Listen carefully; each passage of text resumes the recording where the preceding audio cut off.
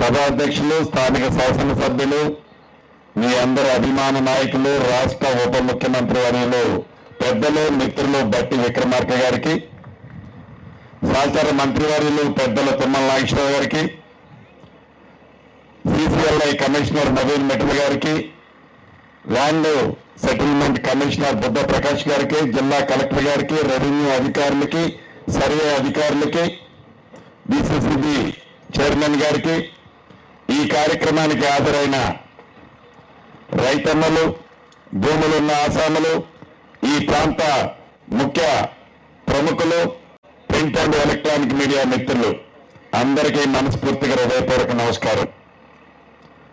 రాష్ట్ర ప్రభుత్వం మీ దీవెనలతో ఇందిరమ్మ రాజ్యం వచ్చిన తర్వాత గౌరవ ముఖ్యమంత్రి రేవంత్ రెడ్డి గారి నాయకత్వంలోని మన ప్రభుత్వం ప్రజలు నచ్చే మెచ్చే పరిపాలన ఇవ్వాలని, ప్రజలు ఏది కోరుకుంటే ఆ రకమైన పరిపాలన ఇవ్వాలే తప్ప ప్రభుత్వం ఏదో అనుకున్న దాన్ని ప్రజల మీద రుద్దొద్దని, ఏ ధరణితో సామాన్య ప్రజలు రాష్ట్ర వ్యాప్తంగా సుమారు 5.5-6 సంవత్సరాలు ఆనాడు ఇబ్బంది పడ్డారో ఆ రైతన్నలకి, ఆ భూములున్న ఆసాములకి పూర్తి భద్రత కల్పించే విధంగా ఒక అద్భుతమైన చట్టం దేశవ్యాప్తంగా 18 రాష్ట్రాలు తిరిగి దేశానికే ఒక మాణిక్యం లాంటి మణిమాణిక్యం లాంటి భూభారతి 2025 చట్టాన్ని ప్రజలకి పోయిన నెల 14వ తారీఖు నాడు తెలంగాణ రాష్ట్ర ప్రజలకి గౌరవ ముఖ్యమంత్రి గారు, ఉప ముఖ్యమంత్రి గారు,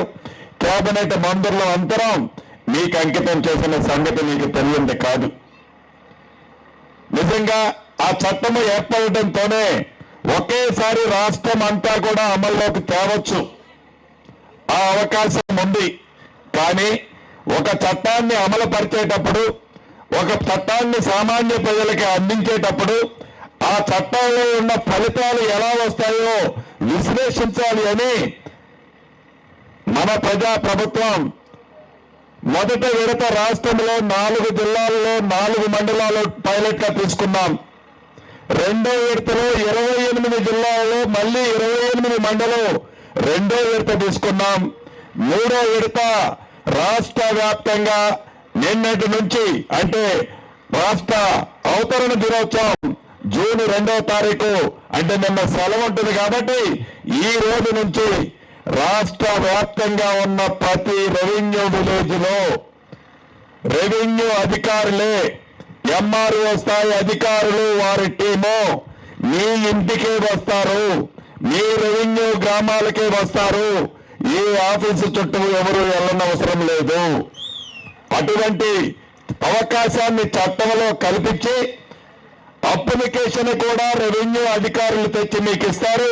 మీ సమస్యని ఒక చిన్న టిక్కు పెడితే చాలు, ₹1 కూడా ఫీజు తీసుకోకుండా, ₹1 కూడా రైతన్నలను ఇబ్బంది పెట్టకుండా ఈ చట్టాన్ని అమలు చేయాలని చిత్తశుద్ధితో ఈ చట్టం మీ చుట్టంలాగా మీ దగ్గరికి రాష్ట్ర వ్యాప్తంగా ఈ రోజు నుంచి మీకు పంపించడం జరిగింది.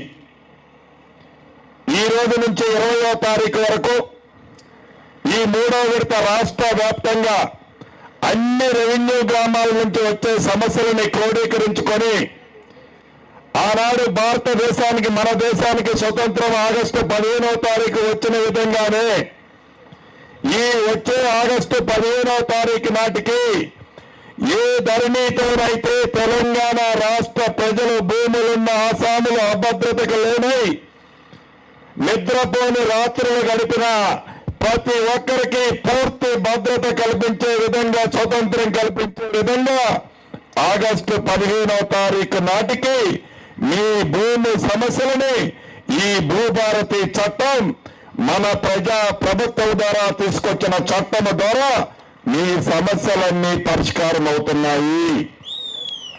అంతేకాదు అనేక అంశాలు, ఈ చట్టంలో ఉన్న అంశాల గురించి గౌరవ కలెక్టర్ గారు, సిసిఎల్ఐ గారు, బుద్ధ ప్రకాష్ గారు కూడా చెప్పారు. దీంట్లో కొన్ని విషయాలు రైతన్నలు కూడా ఇందాక అడిగారు. ఉదాహరణకి ములుగుమాడునే తీసుకున్నాం. రాష్ట్రంలో సుమారు 413 గ్రామాలు రెవెన్యూ గ్రామాలు మన ములుగుమాడు లాగా నక్షాలు లేవు, వాటికి సరైన పానీలు లేవు. ఇందాక రైతన్నలు అడిగినట్లు నిజంగా నీ భూమి నీ సర్వే నెంబర్ ఇదేనానంటే రెవెన్యూ అధికారులు కూడా గుడ్లు వెళ్ళబెట్టే పరిస్థితి ఉంది. ఇటువంటి రాష్ట్రంలో 413 గ్రామాలు ఉన్నాయి. గౌరవ ఉప ముఖ్యమంత్రి గారు బట్టి గారు నేను కూర్చున్నప్పుడు ఇటువంటి గ్రామాలు చేసేటప్పుడు పైలట్ గా మన ములుగుమాడు గ్రామాన్ని కూడా చేస్తే బాగుంటుంది మన జిల్లాలో సూచనలు ఇవ్వటం జరిగింది. వారు సూచనలకి ప్రకారం మన ములుగుమాడు గ్రామాన్ని కూడా ఎంపిక చేసుకున్నాం. ఈ ములుగుమాడు గ్రామంలో ఏదైతే ఇందాక 5 గ్రామాలు రాష్ట్రంలో పైలట్ గా తీసుకున్నాం. ఈ 413 గ్రామాల్లో ఈ 5 గ్రామాల్లో 5 సంస్థలకు ఇచ్చాం. గత ప్రభుత్వం లాగా ఒకళ్ళకే కట్టబెట్టలే. ఈ 5గురికి ఎందుకు ఇచ్చామంటే 5గురు చేసే సర్వే ఫలితాలు ఎలా ఉంటాయి, ఆ గ్రామాల్లో వచ్చే సమస్యలు ఎలా ఉంటాయి, ఆ సమస్యలు ఇచ్చే పరిష్కారం ఎలా ఉంటుందో చూద్దామని దేశంలో ఉండే ప్రముఖమైన సంస్థలు 5 సంస్థలు ఏరుకొని దేశంలో నుంచి 5 సంస్థలు తీసుకొచ్చి ఈ పైలట్ గ్రామాలైన 5 గ్రామాలకు ఇవ్వటం జరిగింది.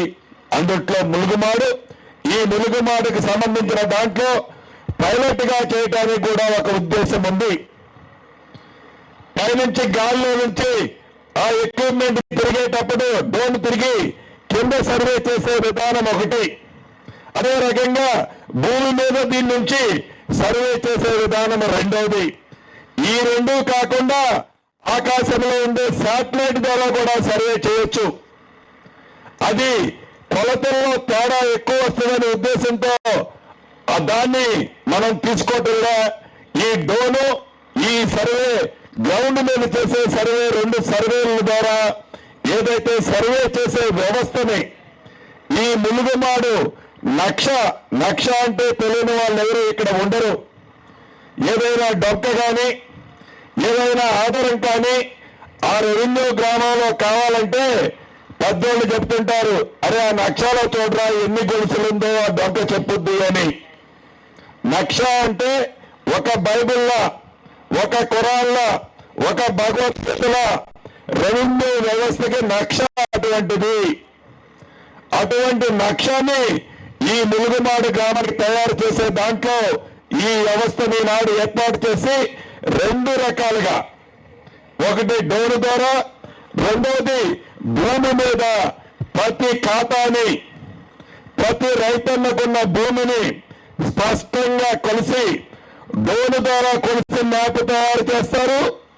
ఈ భూమి మీద పెట్టే ఎక్విప్మెంట్ ద్వారా కొలిసి మ్యాప్ చేస్తారు.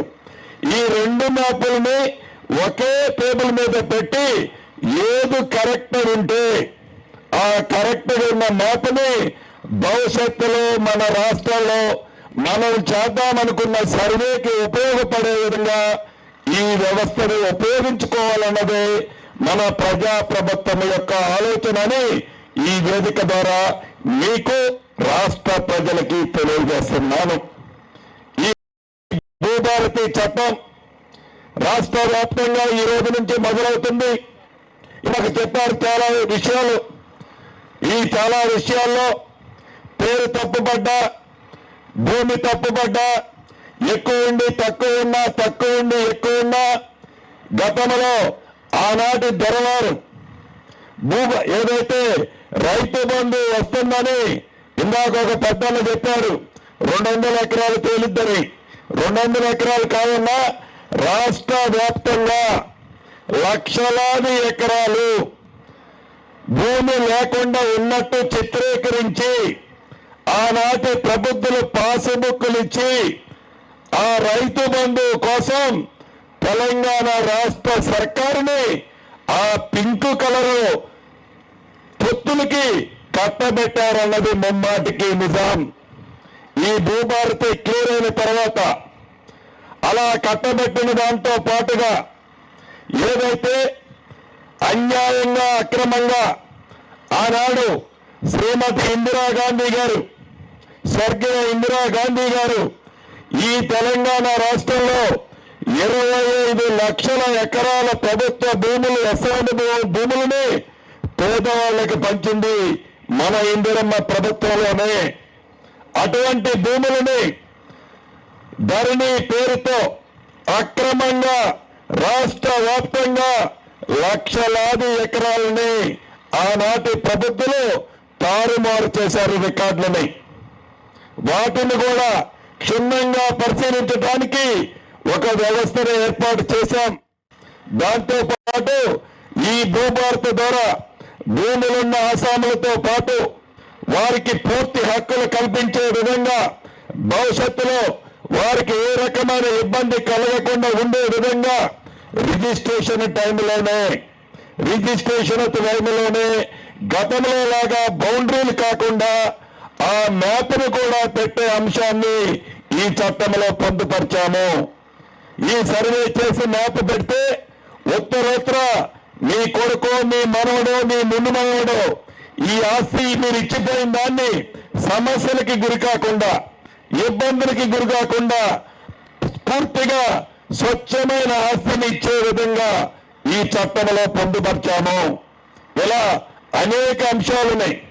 ఇందాక ఆధార్ ఎలా ఉందో రైతన్నకు, ఇది ప్రతి మనిషికి రైతన్నకి కూడా భూధార్ అంటే ఆ కమతానికి ఒక నెంబర్ ఇచ్చి ఆ నెంబర్ కొడితే ఆ రైతన్న యొక్క పూర్తి భూమి వివరాలు వచ్చే విధంగా రాబోయే రోజుల్లో భూదారుని కూడా ప్రతి కమతం ఉన్న రైతన్నకి ఈ చట్టం ద్వారా ఇచ్చే అవకాశాన్ని కూడా కల్పించాము. అంతేకాదు ఇందాక నవీన్ మెట్ల గారు చెప్పినట్లు సర్వేల విషయంలో చాలా వెనుకబడి ఉన్నాం. ప్రభుత్వం కొంతమందిని నియమిస్తుంది. ప్రైవేటు సెక్టార్లో కూడా ట్రైనింగ్ చేసిన లైసెన్స్ ఇచ్చి మొదటి విడత రాష్ట్రంలో 6,000 మంది సర్వేరుని అన్ని మండలాల్లో, అన్ని పట్టణాల్లో ఏర్పాటు చేసే అంశాన్ని కూడా శ్రీకారం చుట్టాం. రాబోయే 30-35 రోజుల్లో లైసెన్స్డ్ సర్వేర్లు కూడా ఇప్పుడు ట్రైనింగ్ లో ఉన్నారు. లైసెన్స్డ్ సర్వేర్లు కూడా మీ మండలాలకి, మీ గ్రామాలకి వస్తారని కూడా తెలియజేస్తున్నాను. అదేవిధంగా విఆర్ఓ వ్యవస్థ ఆనాడు ఆ ధరవార అర్ధరాత్రి వారు చెప్పిన పని చేయలేదని రోడ్డును పాలు చేసిన దాన్ని ప్రతి రెవెన్యూ విలేజ్ కి ఒక రెవెన్యూ అధికారిని నియమించే విధంగా కేబినెట్ గౌరవ ముఖ్యమంత్రి గారు, ఉప ముఖ్యమంత్రి గారు, సహచర మంత్రులు అందరూ నిర్ణయం తీసుకున్నాం. రాబోయే 3-4 రోజుల్లో మొదటి విడతగా రాష్ట్ర వ్యాప్తంగా 3,556 మందిని నియమిస్తున్నాం. రాబోయే రోజుల్లో మిగిలిన వాటిని కూడా పూర్తి చేస్తాము. దీనివల్ల ప్రభుత్వ భూములు కాపాడటంతో పాటు ప్రైవేటు భూములకు కూడా పూర్తి భద్రత కల్పించే వ్యవస్థ మీ రెవెన్యూ విలేజ్లో ఈ రెవెన్యూ అధికారి ఒక కాపలాదారుడిగా ఉంటాడని కూడా ఈ వేదిక ద్వారా రాష్ట్ర ప్రజలకు తెలియజేస్తున్నాము. ఇంతేకాదు అనేక కొత్త మార్పులు తీసుకొస్తూ రిజిస్ట్రేషన్ వ్యవస్థలో కూడా ఏదైతే గతంలో మీరు సబ్ రిజిస్ట్రార్ దగ్గరికి పోతే గంటలు నుంచోవాల్సి వచ్చేది, దీన్ని కూడా 2 విడతల్లో పైలట్ గా చూసాం. నిన్న నుంచి రాష్ట్ర వ్యాప్తంగా ఉన్న అన్ని సర్వేల సబ్ రిజిస్ట్రార్ల దగ్గర స్పాట్ బుకింగ్ సిస్టమ్ పెట్టి పారదర్శకంగా రిజిస్ట్రేషన్ వ్యవస్థలో ఒక కొత్త తరాన్ని తీసుకొచ్చాం. ఇదంతా గౌరవ ముఖ్యమంత్రి గారు స్వార్థం కోసమో, కేబినెట్ స్వార్థం కోసమో మా ఆలోచనే కాదు. ప్రజలు ఏమి కోరుకుంటున్నారు, ప్రజలు కోరుకునే దాన్ని చేయాలన్నదే మన ప్రభుత్వం యొక్క ఆలోచనని మనస్ఫూర్తిగా మీకు తెలియజేస్తూ, నేను ఇక్కడికి వస్తే ఒక 150-200 మంది ఉంటారనుకుంటాను. కానీ భూమి పట్ల, ఈ చట్టం పట్ల ఉత్కంఠను ఏదైతే గడిచిన 10 ఏళ్లలో ఇబ్బంది పడ్డారో దానికి శాశ్వత పరిష్కారం దొరుకుతుంది అని నమ్మి ఇక్కడికి వచ్చారు మీరంతా. మీ నమ్మకాన్ని మన ఇందిరమ్మ ప్రభుత్వం ఎప్పుడూ ఒమ్ము చేయదు. రాష్ట్ర ఆర్థిక పరిస్థితి బాగలేకపోయినా గత ప్రభుత్వము చేపట్టిన అన్ని సంక్షేమ కార్యక్రమాలు ఇస్తూ ఎన్నికలకు ముందు సీఎం గారు భట్టి గారు మిగతా వాళ్ళు మేమందరం ఏమైతే సంక్షేమ కార్యక్రమాలు చెప్పామో ఒక్కొక్కటి ఇస్తూ వస్తున్నాము. పాత వాటిని ఇస్తూ కొత్త వాటిని కూడా ఇచ్చే మన ప్రభుత్వం భవిష్యత్తులో మీ దీవెనలు ఉండాలని మనస్ఫూర్తిగా కోరుకుంటూ మీ అందరి దగ్గర సెలవు తీసుకుంటున్నాను. Thank you very much.